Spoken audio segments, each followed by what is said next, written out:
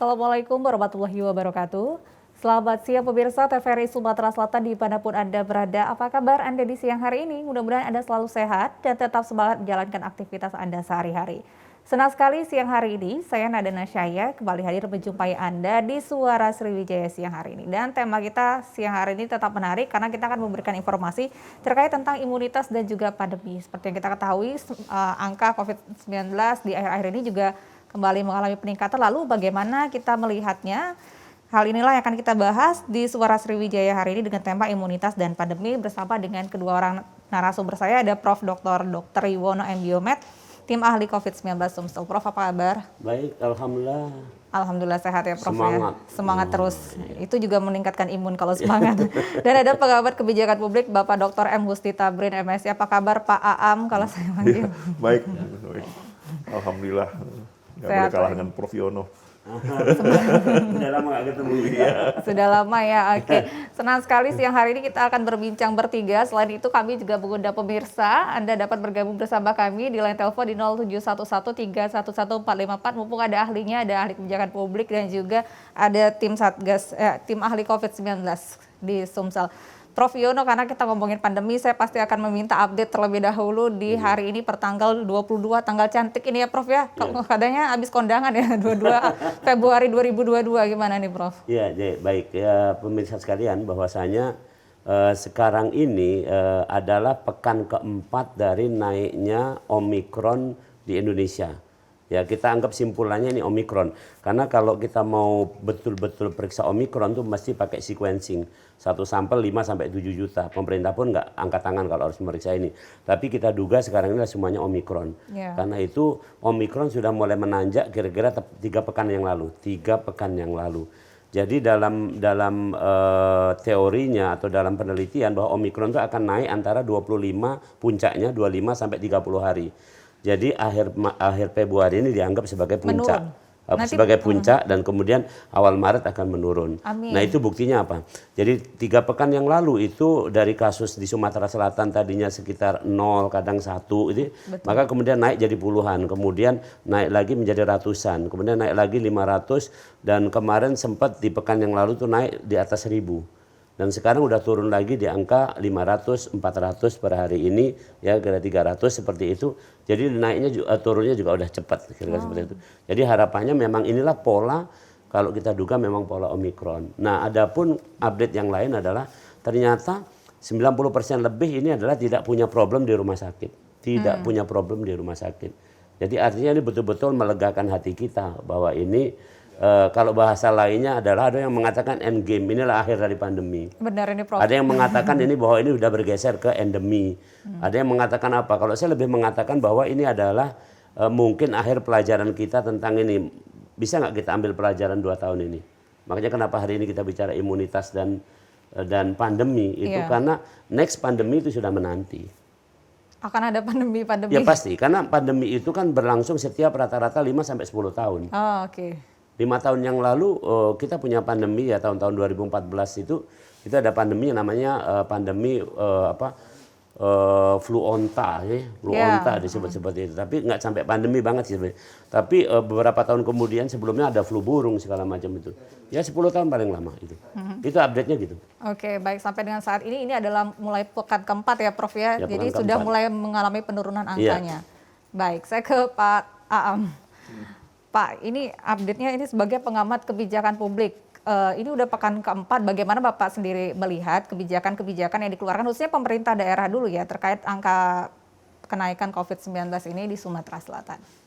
Ya, kalau belakangan ini jujur, kalau saya boleh sampaikan secara jujur, saya melihat banyak kebijakan yang kayak apa ya, kayak layangan putus gitu ya. Gimana tuh? Nah, jadi misalnya kemarin ada pengumuman bahwa ada beberapa daerah kota, kabupaten di Jawa yang naik kepada level 4, tapi nggak pernah kasih tahu kota mana.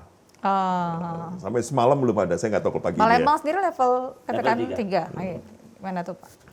Nah, kemudian juga koordinasi saya lihat. Jadi semua masih berjalan sendiri-sendiri, ini persoalannya. Nah, padahal kan pemerintah, maksud saya peran pemerintah lah ya kalau saya boleh berkritik, angka COVID tadi disampaikan oleh Prof. Yono itu naik, dan kalau saya baca juga kan ini sudah melampaui puncak Juli 2021 gitu kan. Oh iya. Nah, di Juli 2021 kan persoalan bukan angka yang naik, tapi adalah kolapsnya sistem kesehatan kita. Nah, artinya kita ya nggak bisa juga dianggap enteng gitu ya, bahwa ini penyakit ya gitu, bahwa nakes lebih siap mungkin iya. Gitu.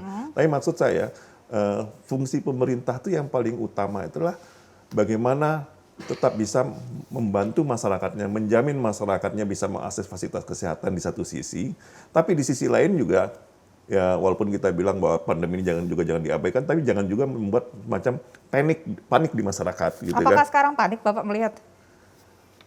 Nah itu justru, artinya kita kadang-kadang kita sibuk dalam dua kontinum antara panik dengan apatis gitu, atau skeptis gitu kan.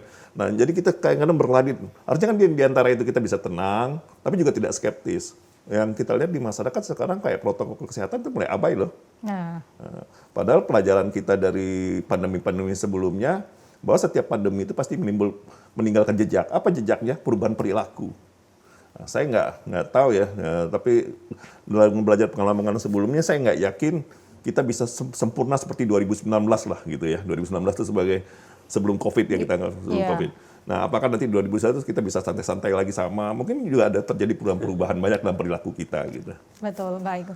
Pak Prof. Yono, seperti kata Pak Am tadi ya, kita di 2021, kemudian ini 2022, apakah memang sudah ada perubahan-perubahan dari pemerintah, perbaikan fasilitas-fasilitas kesehatan, kemudian apakah memang varian ini memang, apakah memang COVID ini, imun masyarakat juga sudah semakin meningkat karena ada vaksin itu, Prof? Mungkin saya melihat ada dua hal ya di dalam bidang kesehatan. Yang pertama memang ini ada porsi epidemiologi yang lebih besar. Di kesehatan itu ada tiga hal ya. Satu namanya basic medical science, yaitu ilmu-ilmu dasar kedokteran. Macam saya yang bergelar biomed itu di belakang itu karena saya adalah basic medical sciences. Ya. Kemudian yang kedua adalah clinical sciences. Yang itu kalau orang di belakang yang punya gelar spesialis seperti itu. Dan ketiga adalah epidemiologi yang berkaitan sama hitungan orangnya, kapan kejadian segala macam seperti itu. Dalam kondisi kemarin dicoba ke epidemiologi, sekarang 2 tahun ini anggaplah cobaan ini, itu ternyata yang basic sama yang ini ada agak ngeblong ya. Ngeblongnya di mana? Ada dua hal, saya sampaikan ya. Yang basic medical sciences, contoh, kita lambat sampai sekarang. Saya nggak nyalahkan siapa-siapa, tapi sampai hari ini ternyata kita vaksin merah putih, vaksin Nusantara, kayaknya belum beredar juga walaupun kabarnya sudah di approval. Ini saya bilang ini secara basic medical sciences entah di mana kesalahannya. Jadi ini kalau dilihat ke depannya itu mestinya harus cepat tanggap gitu ya. Orang-orang lain bisa 1 tahun atau 1,5 tahun, kenapa kita sudah 2 tahun juga nggak gul-gul gitu ya. Kemudian clinical sciences dalam hal diagnosis. Sekarang diagnosis ini jadi ribut semua orang. Apa patokannya? Apa patokan yang dikatakan kena COVID, nggak kena COVID ini? Kalau kena COVID dari patokan cuma PCR ya semua orang yang seger buger juga pas ada ya bisa dibilang COVID. Tapi ketika kita patokannya harus ada gejala, kan lain cerita. Ini orang-orang dari klinik itu harus juga mempertimbangkan itu. Tapi Kenapa? belum ada itu, maksudnya belum ada standar khusus di situ. Ya artinya standar selama ini kita hanya copy paste dari WHO. Iya, oke. Itu yang saya bilang. Jadi nanti ke depan ini, padahal 3 pekan yang lalu saya ikut diskusi bersama beberapa profesor dari Belanda, dari mana juga, itu ternyata sekarang itu intinya sebenarnya kita kembali tentang health itu, kesehatan ini utamanya harus ada 3 hal yang harus diutamakan di kita. Satu adalah masalah memang kitanya, manusianya. Yang kedua adalah hal-hal yang sudah menjadi tren di kedokteran, yaitu pengobatan, terapi, pembedahan dan segala macam. Dan satu lagi jangan lupa kearifan lokal. Apa kearifan lokal? Ternyata bangsa ini Pak Ang ya, bangsa apa?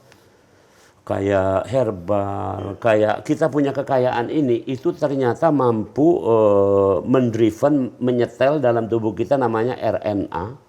RNA. Nah, RNA itu somehow entah seperti apa belum tahu, tapi itulah yang menjaga imunitas kita, status kesehatan kita tetap dalam kondisi bagus. Oke, sebentar. Nah, itu Prof, ceritanya. berarti ini maksudnya sudah banyak penelitian kalau Prof tadi katakan basic medical science yang Prof biomed ini ya, sudah banyak penelitian-penelitian yang mengatakan seperti itu bahwa kearifan lokal dengan apa ya, kalau sekarang tuh bumbu-bumbu dapur kah atau tanaman-tanaman lokal itu tuh bisa meningkatkan imun. Benar. Bukan hanya meningkatkan imun, entah seperti apa. Saya kasih contoh. Saya pernah ikut presentasi dan saya memang terlibat di dalamnya. Contoh thalassemia di Sumatera Selatan juga banyak ini ya. Entah seperti apa mutasi thalassemia itu kalau mayor itu anaknya ini nanti mohon maaf ya, itu sangat kekurangan oksigen, hemoglobinnya sangat rendah sehingga dia juga nggak bisa bertahan belasan tahun, dia wafat ya. Tapi ternyata ada penderita thalassemia ternyata tidak mayor, padahal mutasinya mayor. Artinya mutasinya besar, tetapi klinisnya nggak besar. Ternyata waktu diselidiki, ya dari kecil si anak ini ternyata sering diberikan ya macam-macam ya, mungkin minum apa yang secara alami, jamu-jamu bukan jamu yang sengaja, tapi di sekitar rumah dia seperti itu. Jadi sebenarnya kalau bahasa saya pernah mengatakan di TVRI juga, the nature will find the way. Alam pasti akan menemukan jawabannya. Nah ini kita kan nggak kembali ke alam nih. Oke, tidak kembali. Saya ke Pak Aam kalau kayak gitu Pak. Berarti salah satu yang mungkin perlu dilirik dibuat oleh kebijakan dari pemerintah yang berbasis kearifan lokal. Kalau Pak Aam sendiri melihat selama ini sepanjang 2 tahun lebih pandemi COVID ini bagaimana? Ya, ini gini, tadi saya kan kesannya kayak kritik. Sebenarnya saya tidak ingin mengatakan bahwa pemerintah tuh nggak kerja apa, banyak soalnya. Pemerintah banyak lakukan gitu. Tapi problem kita lagi-lagi kan problem klasik ya, koordinasi gitu kan. Jadi sebagai suatu orkestra tuh kita nggak harmonis. Yang kita takut tuh sumber daya yang terbuang tuh begitu banyak. Ya contoh tadi dicontohkan oleh Prof. Yono, penelitian vaksin kita nggak selesai-selesai gitu. Semakin delay itu kan berarti cost. Ya, cost yang tidak akan kembali lagi itu menjadi sunk cost kan, biaya tenggelam. Semakin banyak impor gitu ya. Iya, di sisi lain terus kita harus pakai substitusi. Gitu. Nah itu kan akibat dampak dari kebijakan yang kita nggak terkoordinasi dengan baik. Nah sekarang dalam jangka pendek kan kita tadi cerita herbal. Saya pikir dalam penanganan COVID dan herbal soal pandemi segala macam tuh kita fokus aja gitu. Kemarin kan banyak diganggu ya. Ada para epidemiolog, para ahli klinikal, para basic medical science gitu. Itu bekerja di porsinya masing-masing dan pemerintah secara umum yang lakukan apa? Perubahan perilaku masyarakat. Beri edukasi, beri informasi gitu. Balik lagi kurang koordinasi lagi tadi ya.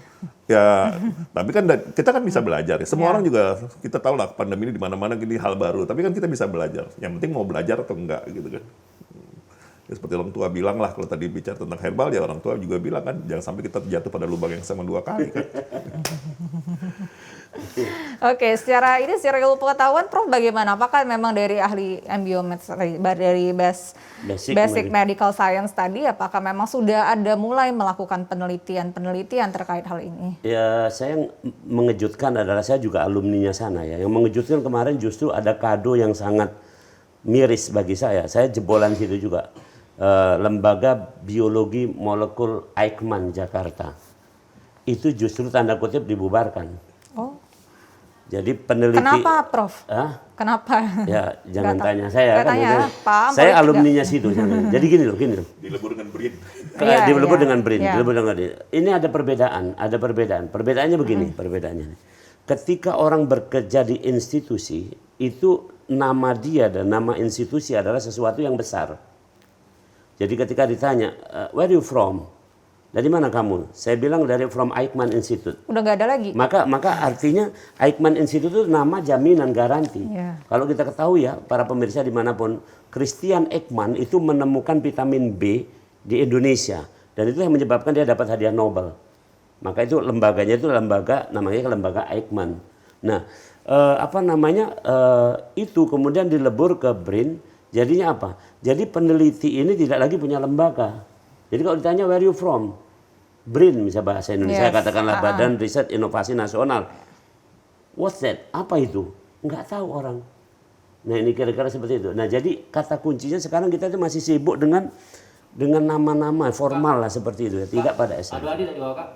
Ya. Oke. Karena itu. Karena masalah ini ya, saya nggak tahu nih, ini beda lagi sih sebenarnya kajiannya kalau misalnya Pak Am ini peleburan institusi, maksudnya penggabungan institusi, dampaknya dan lain sebagainya. Dampaknya sendiri deh saya nanya aja deh, dampaknya kepada kebijakan yang sudah dibuat, kepada penelitian-penelitian yang sudah dilakukan, dan ya semuanya sih gimana Pak? Itu ntar catatannya kan Eijkman itulah yang memulai untuk pembuatan vaksin merah putih. Itu masalahnya kan di situ. Jadi akhirnya liar kan kemana-mana terus ada curiga kan. Dikira bahwa seseorang yang punya inovasi atau lembaga inovasi lebih baik di ini karena ada kepentingannya lebih besar. Jadi orang curiga gitu tetap aja ada. Nah, tapi ke depan ini mestinya betul. Saya setuju tadi, Pak Ang. Belajar, mau nggak belajar? Gimana Pak Am? Iya, artinya ya kalau balik soal kelembagaan tadi, persoalan kan bukan sekedar peleburan ya. Persoalan itu kalau saya lebih melihat, tapi itu cerita lain lah ya. Iya, Ini lebih iya. kepada birokratisasi. Iya. Ya. Sehingga kan di Eijkman itu tadi banyak yang tenaga relawan, ya honorer ya honor. Nah itu kan yang karena menggunakan dana negara ya harus ditertibkan sesuai dengan aturan itu aja sih. Tapi kok kaku sementara kita tahu lembaga Eijkman lembaga yang besar, kok tidak bisa dicari jalan keluar itu aja sih sebenarnya. Yang disayangkan Ya ya. mudah-mudahan riset-riset saya tahu mereka sudah melakukan sequencing, ya melakukan identifikasi sequencing, ya penelitian tentang genom gitu ya. Eijkman banyak melakukan itu yang saya tahu ya mudah-mudahan itu tetap. Mudah-mudahan lanjut Pak ya. Oh itu Lanjut mahal harus. gitu kan. Karena kan katanya ilmu kedokteran katanya nih Pak, semakin lama semakin customized lah, semakin individual kan. Artinya obat untuk Nanda beda dengan obat untuk saya gitu. Begitu ya Prof ya. Oke, akan kita bahas lagi nih. Pemirsa, kita harus break dulu nih pemirsa. Kami mengundang Anda semakin menarik perbincangan kami di 0711 311 454. Tetaplah bersama kami.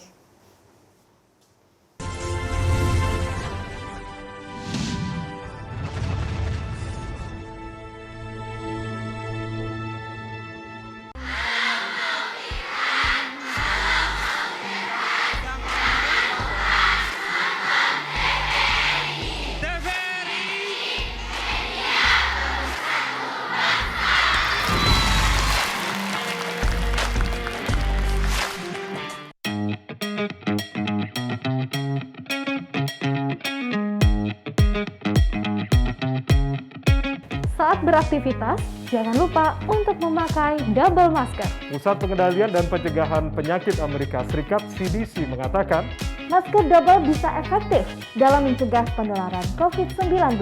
Masuknya berbagai varian baru menuntut kita untuk lebih ketat memproteksi diri. Tapi, memakai masker double penggunaannya juga harus tepat. Ini dia panduannya.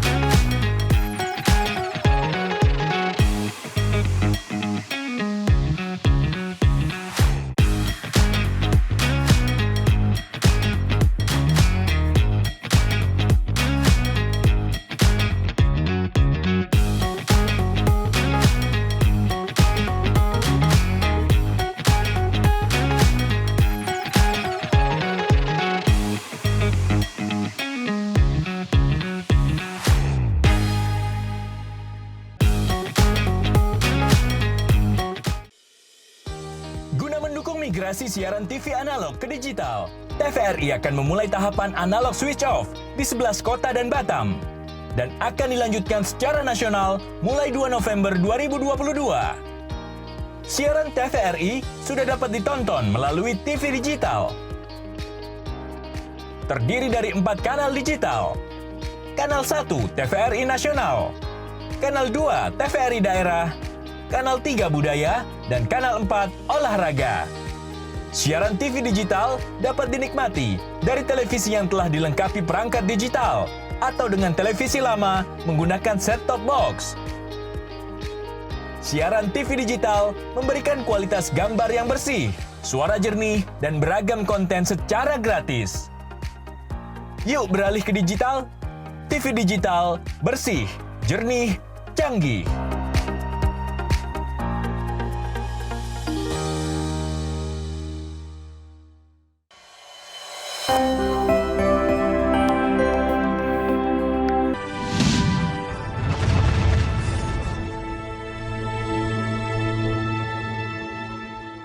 Terima kasih Anda masih bersama kami di Suara Sriwijaya. Imunitas dan pandemi masih menjadi tema kita di siang hari ini. Dan kami tidak hanya ngobrol bertiga, pemirsa. Anda dapat bergabung bersama kami di line telepon di 0711 311 454 bersama dengan Prof. Yono dan Bapak Dr. M. Husni Tamrin. Nah, Prof, kita ngomongin imunitas dan juga pandemi. Sebenarnya sih poin yang krusial selama pandemi ini sebenarnya apa sih, Prof? Jadi gini, tolong camkan ini kita semua. Dalam kitab kedokteran dimanapun itu ada tulisan virus disease is self-limited disease. penyakit virus itu akan sembuh sendiri. Penyakit virus akan sembuh sendiri. Pasti itu ya, karena Tolong jangan salah paham. Sembuh sendiri berarti bukan dibiarkan sembuh. Ya. Sendiri artinya oleh sendiri, oleh kita. By self, oleh kita. Nah di kita ada apa? Di kita ada apa? Di kita ada yang namanya imunitas. Nah, mudah saja. Jadi ketika ini tangan saya nih, ini imunitas, ini penyakit. Ketika imunitas di atas penyakit, walaupun kita di dalam kita ada mengidap penyakit, kita tidak akan sakit.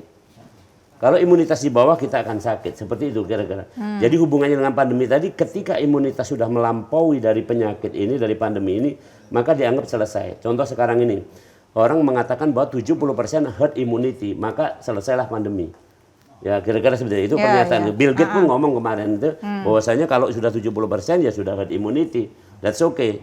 At the end of pandemi, karena itu udah terakhir dari pandemi. Jadi hubungannya ke situ. Maka kata kuncinya adalah rahasianya betul di imunitas. Nah imunitas itu meliputi ya kalau mudahnya ini saya boleh bilang ini Pak Aang ya agak bangga dikit ya, tapi bukan membanggakan diri lah ya. Saya bilang the Prof Yuwono way ya. Apa itu? Apa tuh? 1, tidur 6 sampai 8 jam. Itu nggak usah diungkap lagi, nanti panjang kalau mau kita bicara tentang tidur. Tidur 6 sampai 8 jam sehari semalam. Yang kedua, enakkan makan. Bukan makan enak ya. Karena maksudnya gini, artinya orang ada makanan enak, tapi dia makannya nggak enak, nggak cocok. Yang benar enakkan makan. Syukur-syukur memang bisa makan enak. Yang ketiga, dia aktif bergerak.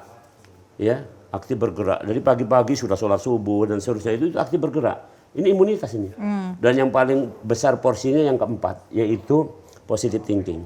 Berpikir positif. Di sini nanti Pak Ang bisa sampaikan ini perubahan perilaku segala macam itu karena dari positive thinking. Kalau negative thinking ya udah kita jadi jeblok secara individu, keluarga maupun sebagai bangsa akan kalah terus seperti itu. Nah ini imunitas itu ke situ. Jadi ada pandemi kapanpun kita ready ketika imunitas memang ngejreng bahasa kita. Nah itu posisinya di situ. Yang paling penting itu ya, mau bagaimanapun, maksudnya ada penyakit apapun ketika imunitasnya juga tinggi, bener, maka itu bisa selesai lah gitu ya maksudnya. Iya. Apalagi untuk penyakit pandemi virus kan self limited disease, sembuh dengan sendiri. Artinya tanpa bantuan. Contoh seperti sekarang, saya ditanya, Prof gimana cara isolasi mandiri gitu? Iya. Ya sesuai jawaban tadi, sangat mudah sebenarnya. 1, isolasi mandiri rehat. Rehat artinya dia karantina, isolasi kan, jangan ke kantor, jangan kemana, supaya nggak menularkan. Yang kedua adalah pikiran tenang, bahwa ini contoh misalnya Omikron sekarang ini. Omikron ini adalah sudah diteliti, sudah dinyatakan, sudah di mana-mana. Omikron beda sama Delta. Omikron itu kemampuan menularnya tinggi, tapi kemampuan menyebabkan gejala penyakit rendah. Tapi tinggi banget, 3-6 kali lipat dia lebih kencang dari Delta dalam menularkan. Tapi yang cepat biasanya cepat juga ini, maka dalam 1 bulan turun. Perhatikan Delta itu baru bisa turun setelah 6 bulan. Iya lama bro. Lama tuh. Kemudian yang kedua bahwasanya Omikron ini juga bisa mengenai orang yang sudah divaksin lengkap sekalipun. Kenapa? Karena Omikron ternyata mengganggu efektivitas vaksin sampai turun 50%. Bisa dibayangkan. Jadi kalau kita kemarin itu divaksin, misalnya saya divaksin sejak bulan Januari tahun 2021 ya di awal-awal. Karena saya satgaskan dari awal. Jadi di awal saya di booster juga dia lebih duluan. Nah, jadi intinya itu efektif untuk yang Delta dan segala macamnya, tapi untuk Omikron nggak efektif. Maka booster itu dinyatakan sebagai suatu yang rekomendasi untuk masalah Omikron, booster itu. Jadi sebenarnya tinggal komunikasi, nanti Pak Aang mungkin bisa menyoroti. Tadi benar, ini komunikasi yang kurang ini kan. Jadi ketika orang ditanya, ada yang bahkan lucu nih kisahnya yang begini. Kalau orang yang sudah pernah divaksin lengkap juga kena, apa gunanya vaksin gitu? Yeah. Nah itu yang petugas juga bingung menjelaskannya. Padahal tadi saya sudah sampaikan, Omikron itu menurunkan efektivitas vaksin sampai 50%. Jadi kalau dari rata-rata 80% itu tinggal 33% untuk Omikron. Itu kalau bahasa ilmiah 33% itu berarti nggak ada proteksi. Karena proteksi harus 51%. Ya kayak pemilu lah, harus menang 50 plus 1 kan kira-kira gitu kan. Jadi makanya 33%. Nah untuk naikkan ngereknya adalah dengan booster. Nah itu jadi keterangannya di situ. Jadi tetap ada gunanya, bahkan booster bahasa Inggrisnya menjadi mandatori, menjadi Iya. sesuatu yang wajib untuk orang yang mesti di booster ini. Nah itu balik lagi ke imunitas. Nah kedudukan vaksin di mana? 4 yang tadi pokok ya, tidur, makan enak tadi, enakan makan, Aktif. kemudian aktif bergerak, kemudian pikiran positif itu pokok. Tambahannya adalah vaksin. Jadi kita nggak usah ributkan vaksin. Vaksin nggak perlu diributkan karena dia tambahan.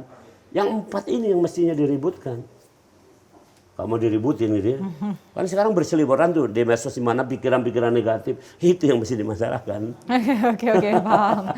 Perubahan perilaku masyarakat yang sudah dilakukan, yang sudah terjadi sejak tahun 2020 sampai dengan sekarang menyebabkan ya bisa kita katakan masyarakat banyak sekali yang pesimis, kemudian yang juga yang menjadi lebih tidak peduli. Seperti itu bagaimana Pak? Ya itu memang tantangan ya.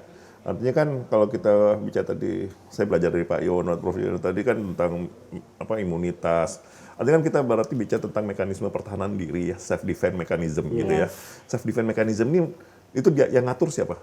Itu diri kita self governing. Yang ngasih self governing siapa? Tuhan. Gitu. Kita udah dikasih Tuhan nih, kita nih ya walaupun saya bukan seorang ahli biologi tapi kan kita diatur sendiri tuh. Anda ada peristaltik, waktu kita tidur pun dia mengatur sendiri. Nah, cuman selanjutnya kita mengikuti kaidah-kaidah, kita patuhin nggak? Kita abai, penyakit datang. Nah, waktu dia kembali ke tingkat sosial, itu persoalannya juga gitu. Waktu self-reliance, artinya komunitas itu harus punya self-reliance juga. Dan harus ada self-governing. Ya, pemerintah itu mendorong itu harusnya gitu. Yang tingkat seperti desa tangguh, RT, RW, mereka punya mekanisme, tapi juga punya mekanisme untuk bagaimana menata diri mereka sendiri, mengelola mereka sendiri gitu. Jadi jangan karena ada pemerintah baru. Nah itu memang tugas berat. Siapa yang menjadi leader? Ya harus pemerintah memang membuat orang supaya dia bahwa kalau dia nggak berbuat gitu orang lain kita sendiri yang rugi gitu.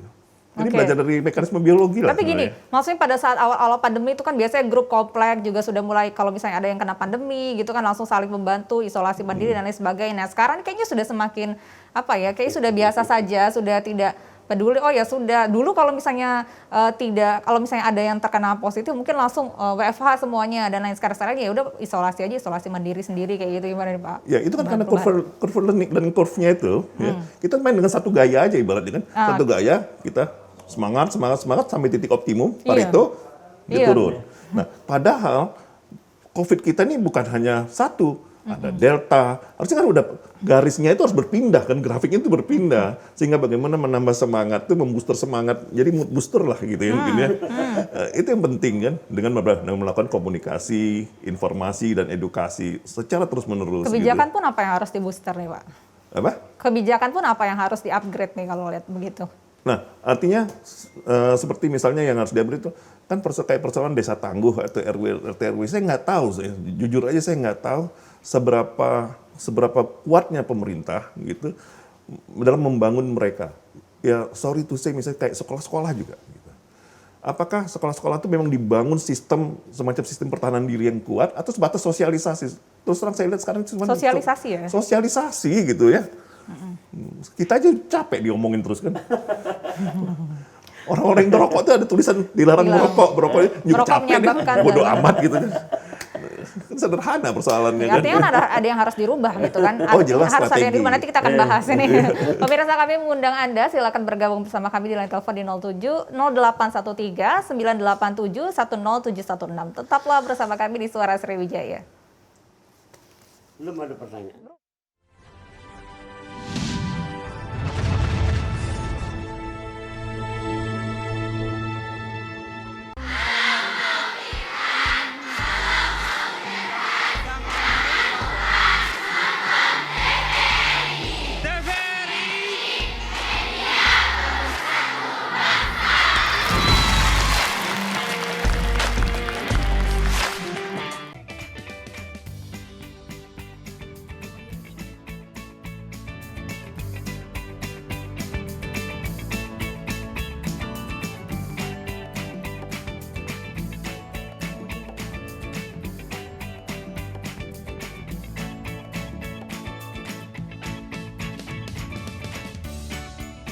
Gimana? Bersih dan jernih kan siarannya?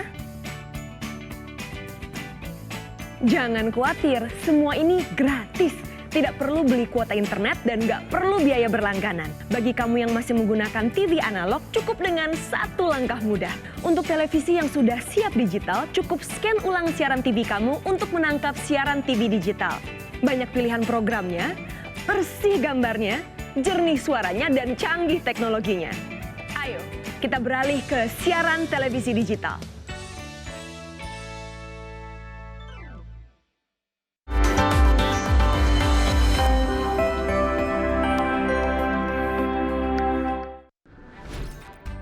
Halo semuanya, aku Modi, maskot TV Digital Indonesia. Aku akan membantu semua orang menuju migrasi TV digital. Di mana? Di siarandigital.id dan call center 159. Ayo semuanya, dukung migrasi TV digital. Bersih gambarnya, jernih suaranya, dan canggih teknologinya.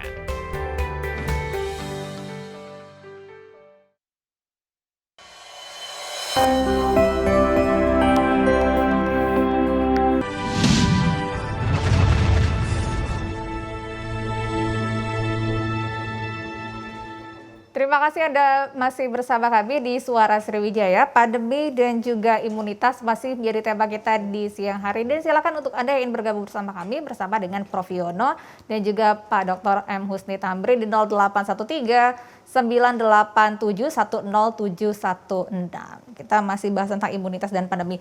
Nah, Prof, ini pertanyaan teknis ya sebenarnya, Mas. Ada yang bertanya terkait hal teknis-teknis. Sekarang kan Omikron, kadang-kadang dia nggak meriksa juga, tapi sudah seperti gejala-gejala seperti itu. Nah, ini bagaimana? Apakah harus vaksin dalam jarak waktu berapa lama? Harus vaksin booster? Oke, baik, saya luruskan dulu ya. Yang namanya corona, pandemi corona ini sekarang pandemi corona, kemudian dulu pernah ada pandemi flu, ada pandemi yang lain-lain seperti itu. Itu kalau disebut gejala flu-like syndrome, artinya penyakit-penyakit itu dengan gejala tidak khas seperti flu. Jadi nggak ada yang persis ini khasnya Omikron, itu nggak ada. Yang ada adalah gejala umum, misalnya contoh adalah batuk, pilek, kemudian demam, kemudian nyeri tenggorokan, lemes, itu gejala-gejala umum. Jadi satu hal itu jangan patokan. Misalnya contoh lagi waktu zaman Delta itu penciuman hilang misalnya, memang itu hanya salah satu tanda, tapi itu nggak khas sebenarnya. Yang lain pun bisa punya gejala seperti itu. Nah, kemudian yang kedua tadi ditanyakan tentang vaksin booster segala macam ini. Jadi sekali lagi, ketika yang utama tadi 4 tadi kita misalnya sebenarnya lakukan dengan bagus, maka antibodi kita tuh ready, siap untuk diproduksi. Begitu dikasih vaksin itu grafiknya bagus. Saya kasih keterangan, vaksin pertama disuntikkan 2 minggu kemudian naik dia antibodinya. Kemudian kira-kira dalam tempo sekitar hampir sebulan dia akan turun. Maka kemudian vaksin kedua masuk. Naik lagi dia. Dan naik ini kemudian akan naiknya antara 6 sampai 9 bulan. Maka booster itu berlaku setelah orang vaksin kedua itu selesai 6 bulan atau 9 bulan. Jadi jangan ada ujuk-ujuk. Ada yang nanya ke saya, Prof, saya bulan November kemarin baru vaksin, sekarang saya minta di booster. Ya nggak bisa dong, nanti dulu. Minimal ini 6 bulan ya? 6 bulan sampai 9 bulan. Saya sendiri 8 bulan baru di booster. Itu klop lah ini. Nah, kemudian kenapa grafiknya? Setelah 6 bulan atau 9 bulan tadi di booster, maka akan tinggi lagi, dan itu menurut catatan medis itu bisa bertahan sampai 6 tahun antibodinya. Tetapi tinggi dalam tempo 1 tahun. Jadi 1 tahun ke depan. Jadi saya di booster Oktober 2021, saya di booster Oktober 2021. Jadi kira-kira antibodi saya masih tinggi sampai di Oktober 2022 ini nanti. Dan memang agak terbukti, memang terbukti.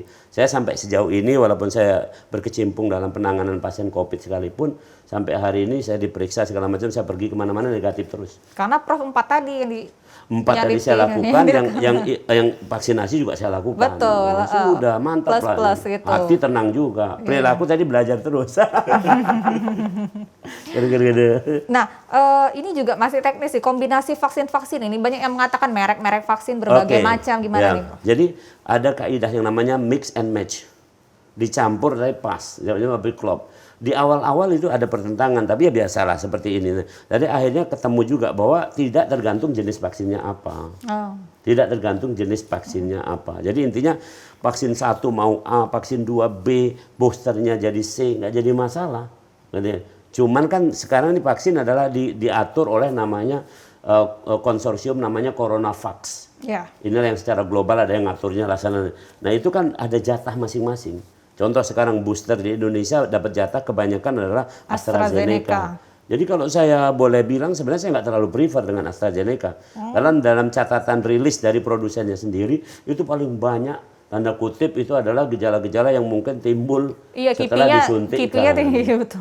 Ya kalau mau tenang adem ayam ya Sinovac, Sinopharm lah kira seperti itu. Saya waktu itu Moderna 2 hari juga saya demam masih. Oh iya. Ya, mulai 2 hari. AstraZeneca ada satu lagi selain demam segala macam tadi kan AstraZeneca ada catatan untuk masalah pengentalan darah kan seperti itu. Ya tapi kan itu kan udah diatur gitu ya. Tinggal bagaimana kita sekarang ini masyarakat sebenarnya gini loh. Nanti Pak Aang lebih tepat lah bicaranya. Intinya gini, kan pemerintah itu kebijakan pemerintah itu harus ditaati, nggak ada orang boleh menentang. Kenapa? Karena kita udah ngangkat pemerintah dengan konsensus, ya diikuti. Cuman memang kita boleh ngusul supaya tanda kutip tadi pemerintah lebih tepat kebijakannya, lebih cerdas, lebih klop dengan kita. Kan kita nggak sama dengan bule. Lah iya sih. Gitu. Oke, tapi memang sudah ada kebijakannya. Nah, Prof ya, berarti ke Pak Aam nih, sudah ada kebijakannya dengan pengaturan vaksin-vaksin yang sudah diatur terkait hal tersebut gitu.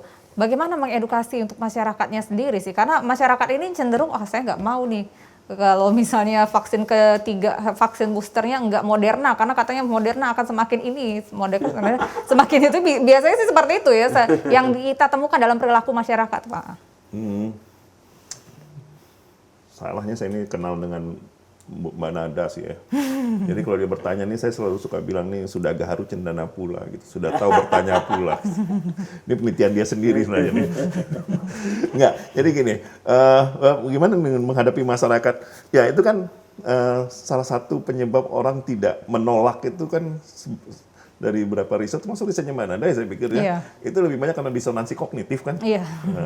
Karena mereka dapat cerita yang macam-macam gitu kan, sehingga itu menjadi alasan penolakan yang paling utama ya dari beberapa studi teman-teman kita di fakultas ya gitu. Nah, ya mungkin nggak semuanya karena itu ada faktor-faktor lain juga ya.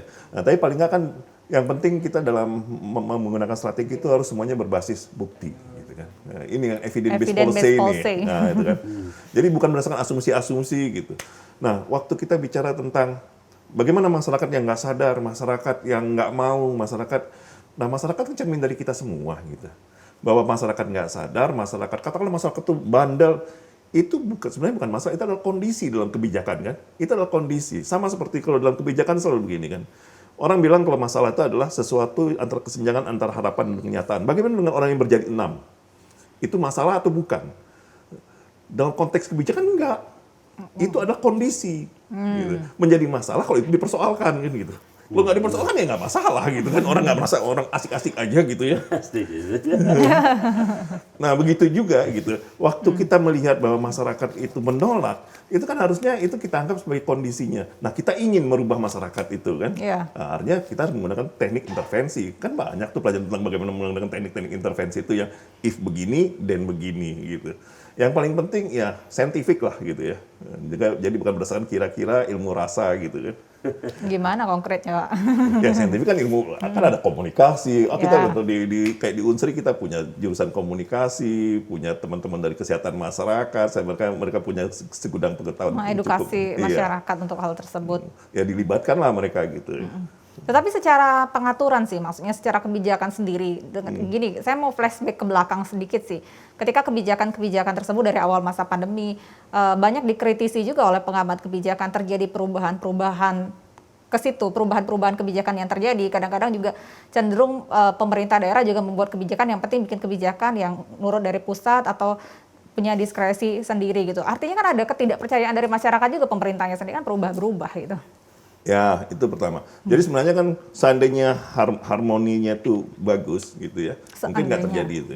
Nah, tapi kan kita lagi belajar dari persoalan pandemi ini bahwa semua juga punya masalah di setiap negara gitu ya. Nah, tapi yang paling penting adalah sampaikan secara jujur, honest gitu ya. Nah, saya yang teringat tuh kayak resepnya Singapura tuh dia bilang MPH kan, MPH gitu ya, meritokrasi. Artinya orang-orang pemerintah tuh harus berdasarkan merit, tidak berdasarkan suka dan nggak suka gitu, berdasarkan prestasi dia. Dan yang kedua juga pragmatis, ya lakukan apa yang mungkin kita lakukan. Dan yang terakhir itu apa? Honest, jujur. Kalau nggak bisa bilang nggak bisa, kita kurang bilang kurang. Nah, masyarakat juga pasti waktu pandemi di awal kita lihat relawan begitu banyak kan. Iya. Orang tahu bahwa pemerintah nggak bisa sendirian. Nah, tapi kenapa sekarang enggak? Udah di Pareto tadi, Pak? Apa? Udah dioptimalisasi Pareto itu. Takutnya begitu. Terjadi itu. Harusnya kita bergeser garisnya, harusnya kan pindah garisnya dong gitu. Oke, baik, saya balik lagi ke Prof nih. Prof, saya lebih ke mengkonfirmasi sih di awal tadi Prof juga mengatakan ya berarti ini akan Omikron ya, yang katanya Omikron padahal belum tentu ya, karena harus ada tes lagi gitu kan, mulai mengalami penurunan. Artinya misalnya ke depannya itu sudah mulai terjadi apa ya, kelonggaran, apakah mungkin ini lebih kena saya nanya sih, kenapa sih terjadi gelombang-gelombang, Prof?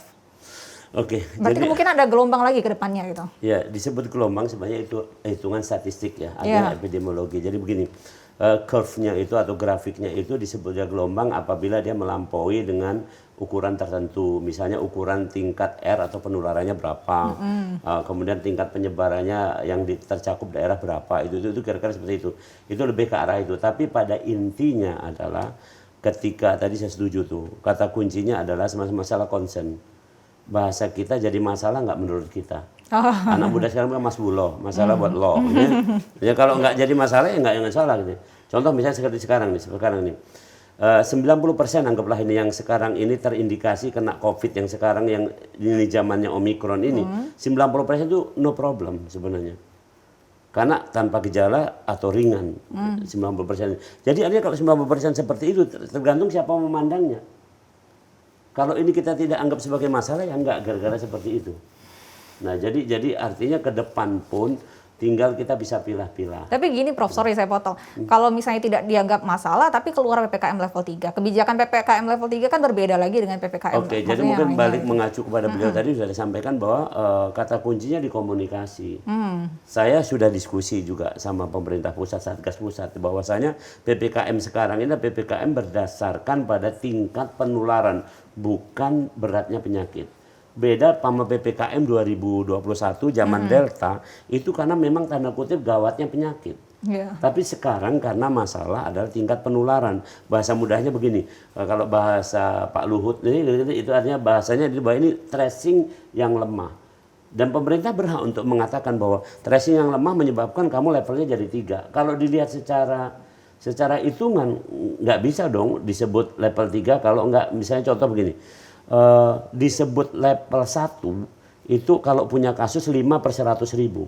Iya. 5 per 100 ribu. Jadi kalau Palembang anggaplah 2 juta misalnya penduduk. Saya besarkan lah. Kan 1,8 ngitungnya agak payah lah, 2 juta lah. 5 per 100 ribu. Berarti di Palembang harus ada 5 kali 20. 5 kali 20 ya benar ya? Iya, 5 kali 20. Berarti 100 orang yang positif pada waktu kita menetapkan level 1. Nah sekarang PPKM level 3 tentu berlipat-lipat lagi. Nyampe nggak angka itu? Itu kalau cuma sekedar angka. Tapi kenapa pemerintah waktu kemarin kita mestinya, bahkan kemarin di Palembang tuh hanya ada kasus 20, tapi kita dibilang level 2. Karena masalah concern yang berbeda. Itu maksudnya. Karena masalah itu ya. Oke, semakin menarik lagi. Kita harus break lagi nih Prof dan juga Pak Tamrin. Pemirsa, kami masih mengundang Anda untuk bergabung bersama kami. Setelah jeda iklan berikut ini, tetaplah bersama kami.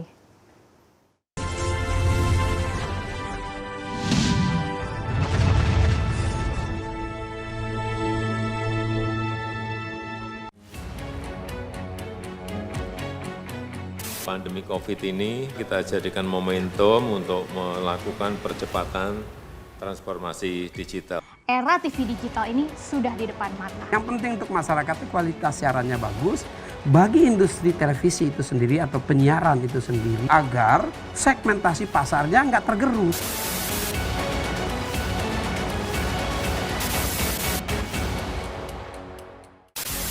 Sejarah panjang dunia penyiaran diawali dengan hal yang sederhana, yaitu informasi. Semula informasi tersampaikan hanya didengar. Seiring waktu perkembangannya, informasi tidak hanya dapat didengar, melainkan dapat dilihat asal kejadian informasi itu melalui pesawat televisi. Pada tahun 1925, berdirilah Radio Batavia bentukan Hindia Belanda dalam menguasai informasi dan menjadi alat propaganda pada masa penjajahan di Indonesia. Melalui siaran yang terjadi pada tahun 1933, dipelopori oleh KGPAA Mangkunegoro ke-7, dengan mendirikan Solos Radio Vereniging atau SRV di Solo, dan di Yogyakarta berdiri Radio Mafro. Siaran SRV untuk melawan siaran hiburan budaya barat dengan siaran kebudayaan asal Jawa Indonesia yang siarannya sampai seluruh Hindia Belanda. Dan sejak tahun itulah menjadi tonggak sejarah penetapan Hari Penyiaran Nasional. Pada tahun 1945, lahirlah Radio Republik Indonesia dan di mana teks proklamasi tersiarkan ke pelosok negeri yang menyatakan Indonesia merdeka. Sejarah dari dunia televisi adalah pada tahun 1962, di mana TVRI sebagai televisi pertama Indonesia yang mengudara dan menyiarkan langsung pembukaan Asian Games keempat di Indonesia. Hingga saat ini, Hari Siaran Nasional telah menginjak masa 88 tahun sebagai saksi dunia penyiaran Indonesia.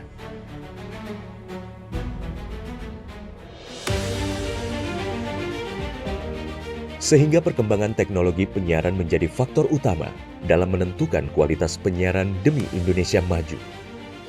Namun masih banyak daerah yang tidak dapat ikut andil dalam pemerataan ekosistem dunia penyiarannya. Solusinya adalah Analog Switch Off atau ASO. Penyiaran secara analog akan segera berakhir menuju era digital yang menyeluruh. Kementerian Kominfo adalah rumah TV digital. Bersama pihak terkait mewujudkan kesuksesan peralihan ASO menuju penyiaran digital. 2 November 2022 menjadi penting dan sejarah bersama era siaran nasional, yaitu berakhirnya masa siaran analog menuju era TV digital. Digitalisasi televisi menjadi kepentingan bersama. Meratanya siaran hingga ke pelosok negeri. Bersih gambarnya, jernih suaranya, dan canggih teknologinya. Menciptakan masa depan bangsa Indonesia yang lebih maju.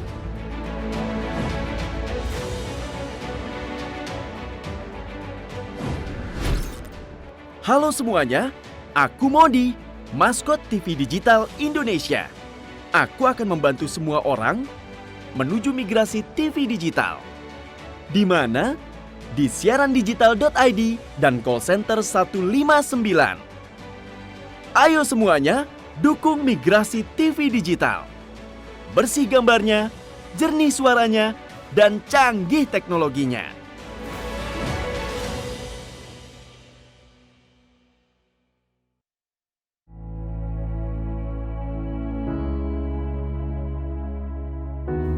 Pemirsa TVRI, pandemi COVID-19 belum berakhir. Sesuai anjuran Presiden, kita semua wajib pakai masker. Jangan pernah lepas masker saat bertemu orang lain. Mari disiplin. Indonesia pulih, Indonesia bisa.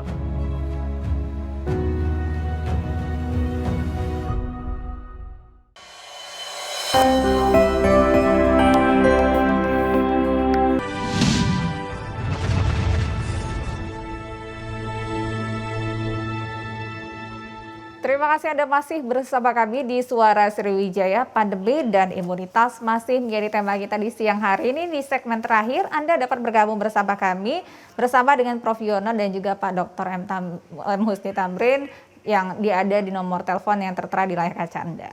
Nah, Prof, saya lagi-lagi ingin mengatakan suara rakyat, suara masyarakat yang mengatakan ini, wah ini kayaknya kurvanya mengalami kenaikan. Apakah ini karena menjelang puasa kah, kita nggak tahu ya. Nanti juga akan turun lagi. Nanti bagaimana perekonomian, kekhawatiran masyarakat lain. Saya jawab lagi, sebenarnya kita kembalikan lagi segala sesuatu ya. Saya mulai dari mutasi. Mutasi adalah perubahan pada virus. Mutation is by chance. Nobody knows. Bahasanya gitu. Profesor saya dari Monash University itu bilang sama saya, Yon, ini mutation is this one. Jadi dia mengatakan ini, mutasi itu by chance, nggak ada yang bisa menduga. Pandemi juga nggak ada yang bisa menduga. Sehebat-hebat dokter, sehebat-hebat ilmuwan aja nggak bisa menduga. Kapan berani nggak bisa menduga juga seperti apa. Tergantung perilaku ini. Virus itu kecepatan mutasinya sangat tinggi. Kalau untuk virus COVID, SARS ini adalah kecepatannya, SARS-CoV-2 ini kecepatannya dua pekan sekali satu titik dia bisa. Jadi sebenarnya kita lagi ngobrol-ngobrol ini sedang mereka lagi mutasi untuk itu. Jadi karena dengan kondisi seperti ini, ya, maka kebijakan itu dibuat adalah mana yang fair, mana yang adil untuk masyarakat. Cuman kekurangannya memang tadi Pak Ang mungkin bisa nanti menambahkan masalah di komunikasi. Kita ini sering banget deh membuat kebijakan, tapi komunikasinya nggak ada. Termasuk kemarin PPKM level berapa, misalnya 2, itu belum dievaluasi udah keluar 3 gitu kan. Oh iya. Jadi atas dasar apa kan misalnya kalau di komunikasi nggak apa-apa, walaupun ada kurang lebihnya nggak ada masalah. Nah jadi jangan ada suudzon seperti itu. Ini memang objektif dengan kondisi seperti itu. Contoh yang sekarang PPKM sekarang didasarkan pada penularan, bukan pada beratnya penyakit. Kalau juru bicara pemerintah menerangkan itu sebenarnya clear semua. Tinggal seperti itu. Karena pada masalah penularan. Jadi oleh karena itu perlakuannya juga berbeda. Contoh apa? Kalau penularan berarti level fokusnya adalah di masyarakat, pada pencegahan. Tapi kalau pada penyakit fokusnya adalah pada rumah sakit, pada terapi kan gitu. Nah jadi dengan seperti itu orang tahu, oh ini bagian kami. Justru sekarang ini adalah bagian masyarakat sebenarnya malah. Itu. Oke, yang memang harus penting untuk diingat. Ini bagaimana untuk mengedukasinya Pak Tamrin?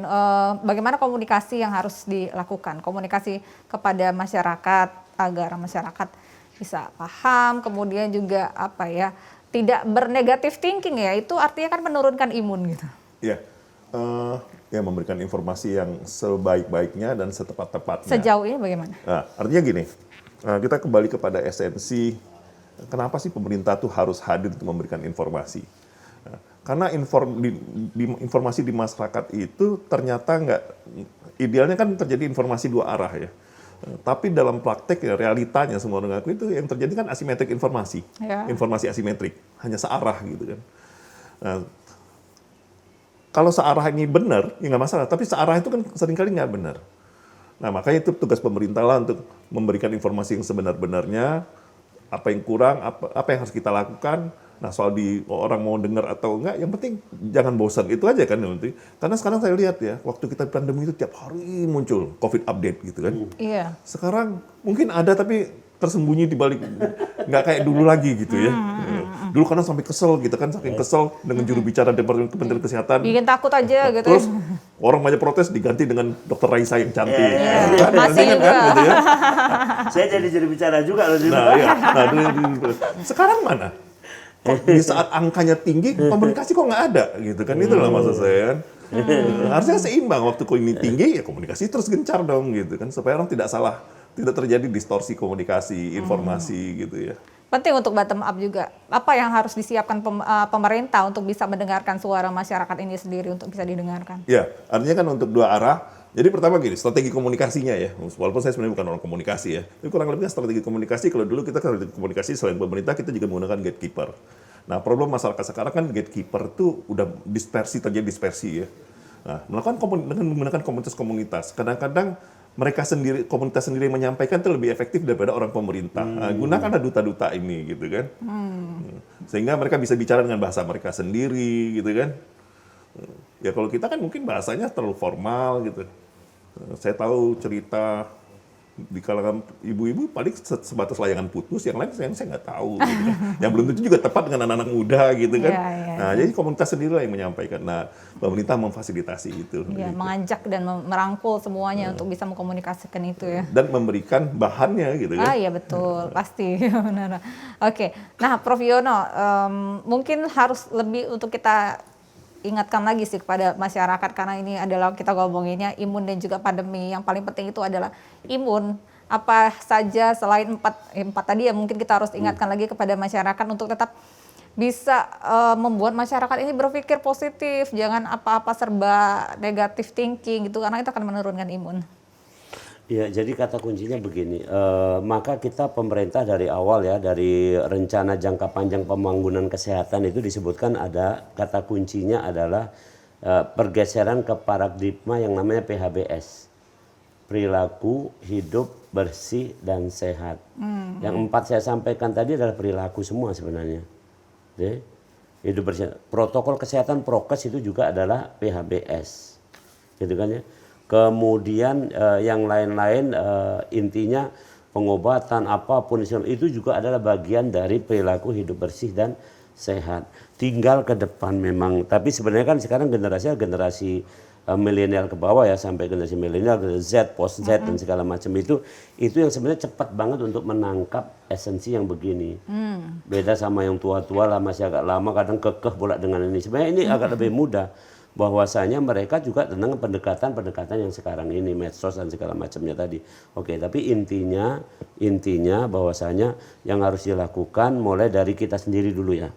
Apa kita sendiri? Misalnya bersih. Ya betul-betul bersih nih fisik ini. Kebiasaan-kebiasaan baik ya, membersihkan badan, segala macam kuku dan segala macam itu. Yang kedua, kita biasakan kalau bukan urusan kita nggak usah. Bahasa Palembangnya cerodean, kata orang kepo. Karena itu membebani pikiran gitu kan itu. Ini juga kemudian itu dari situ. Yang lainnya lagi misalnya kita ngukur diri kita. Ini paling penting ngukur.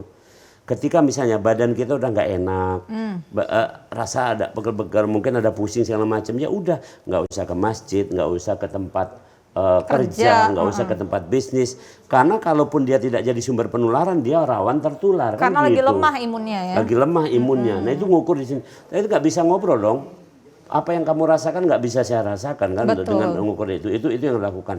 Nah yang selanjutnya adalah tadi untuk masalah pengobatan saya kasih kata kunci. Obat yang utama makan. Dan makan utama itu sebenarnya sederhana ya. Satu adalah air. Air jangan kurang dari 2,5 liter, kemudian protein kan bisa macam-macam ya, yang sederhana agak segala macam, tempe itu pun oke. Saya rajin makan. Dan kemudian kalau untuk karbohidrat yang polisakarida. Apa itu polisakarida? Ubi. Kenapa mesti rumit-rumit? Bukannya yang mahal-mahal. Nggak perlu yang seperti mahal, itu. okay. Dan itu imun booster yang bagus ini konteks itu. Untuk pencernaan bagus, untuk imun bagus. Nah itu yang harus dilakukan ke depan. Itu. Bergeserlah gara-gara. Betul, pola pikir sih, mindset ya Prof. Ya, tapi pola pikir harus dilaksanakan, jangan diam terus. Jangan cuma teori. Saya agak keras, tapi saya pun melaksanakan itu gitu. Karena sudah mempraktekannya. Iya. Pak Tamrin, saya penting sih. Sebenarnya saya dari tadi mau nanya sih, sebuah kebijakan-kebijakan yang dikeluarkan oleh pemerintah, apapun itu, baik protokol kesehatan lah, vaksin, ataupun surat edaran mungkin yang diberikan oleh pemerintah daerah gitu. Apakah itu perlu suatu hukuman yang tegas nggak sih untuk masyarakat? Jadi nggak selalu sih harus dengan hukuman kan. Kan kebijakan itu kan sifatnya macam-macam kan, tipe lagi ada yang sifatnya regulatif, ada yang sifatnya distributif, ya redistributif dan macam-macam gitu. Nggak semua harus menyantumkan hukuman gitu. Nah kalau dibilang hukuman itu sebagai jalan terakhir lah ya, nggak perlu semuanya harus pakai sanksi gitu. Okay. Memang dulu kan dalam pendekatan mendisiplinkan orang, dulu pendekatan kan selalu pendekatannya tuh ya apa orang bilang tuh memberikan stick and carrot ya orang bilang ya gitu. Jadi kalau nakal dipukul pantatnya kelinci itu, kalau bagus dikasih carrot, dikasih wortel gitu. Ya. Tapi itu kan pendekatan kuno lah gitu ya, stick and carrot tuh. Yang sekarang yang perlu diberikan apa? Pemberdayaan, empowering. Masyarakat diberikan pemberdayaan gitu. Dan ya dari tadi kayaknya saya kritik pemerintah, tapi sebenarnya tetap harus kita apresiasi pemerintah. Tapi pemerintah nggak bisa kerja sendiri. Di mana-mana di dunia ini dalam penanganan, apalagi penanganan COVID ini, semuanya melakukan kolaborasi. Nah, tata kelola kolaborasinya gimana? Semua harus ikut, universitas harus ikut, dunia bisnis harus ikut, civil society harus ikut. Semua harus terlibat. Nah, yang penting dirijennya yang bagus, sehingga muncul harmoni musik yang indah gitu ya. Gitu nih. Oke, baik. Prof, untuk memberikan optimisme kepada masyarakat gitu agar tetap optimis, apalagi ke depan akan menjelang bulan Ramadan gitu kan ya, agar pandemi ini mudah-mudahan juga bisa berdampingan istilahnya itu ya kalau pemerintah ya ngomongnya ya, dengan masyarakat. Ya, kata kuncinya satu aja ya. Jadi intinya supaya kita sekarang memang kita berpikirnya bolehlah besar-besar, tapi apa yang kita lakukan adalah untuk pribadi kita dulu. Jadi tolong jaga imunitas kita masing-masing. Kalau sudah bisa, jaga yang agak lebar dikit keluarga. Sampai di situ aja sebenarnya. Supaya masyarakat cuma sampai situ. Nggak usah bicara yang di luar itu. Nah itu aja pesan saya, sehingga nanti ke depan ini tinggal pemerintah pun akan mengorkestrasi, tadi agak mudah. Karena keluarga-keluarga ini sudah keluarga-keluarga dengan imunitas yang tangguh. Kalau tadi sudah ada kampung tangguh, ini adalah keluarga tangguh imunitas. Oke, keluarga tangguh itu simpulannya kayak gitu. Oke, baik. Terima kasih Prof dan juga Pak Tamrin sudah berbincang-bincang di siang hari ini bersama dengan pemirsa TVRI Sumatera Selatan. Pemirsa, inilah akhir perbincangan kita di Suara Sriwijaya siang hari ini. Mudah-mudahan Anda semua sehat nanti ke depannya dan bisa tetap berpositif thinking agar imun kita bisa terus terjaga. Saya Nada Nasyaya, mewakili kerabat kerja yang bertugas, pamit undur diri. Terima kasih atas kebersamaan Anda. Wassalamualaikum warahmatullahi wabarakatuh. Sampai jumpa.